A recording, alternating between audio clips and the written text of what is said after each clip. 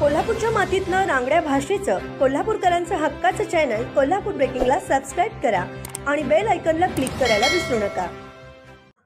निपाणी देवगड राज्य महामार्गावर सरवडे मांगेवाडी दरम्यान ट्रक आणि बोलेरो गाडीची धडक होऊन झालेल्या अपघातात सोळांपूर तालुका राधानगरी येथील 3 युवकांचा जागीच मृत्यू झालाय, तर 4 जण गंभीर जखमी झालेत। राधानगरी तालुक्यातील सरवडे व मांगेवाडी हद्दीतील सूर्यवंशी चव्हाण मळ्याजवळ ट्रक आणि बोलेरो गाड्यांमध्ये झालेल्या भीषण अपघातात सोळांपूर गावातील शुभम चंद्रकांत धावरे, आकाश आनंदा परीट आणि रोहन संभाजी लोहार या 3 युवकांचा मृत्यू झाला, तर ऋत्विक राजेंद्र पाटील, भरत धनाजी पाटील, सौरभ सुरेश तेली आणि संभाजी लोहार हे 4 जण गंभीर जखमी झाले आहेत।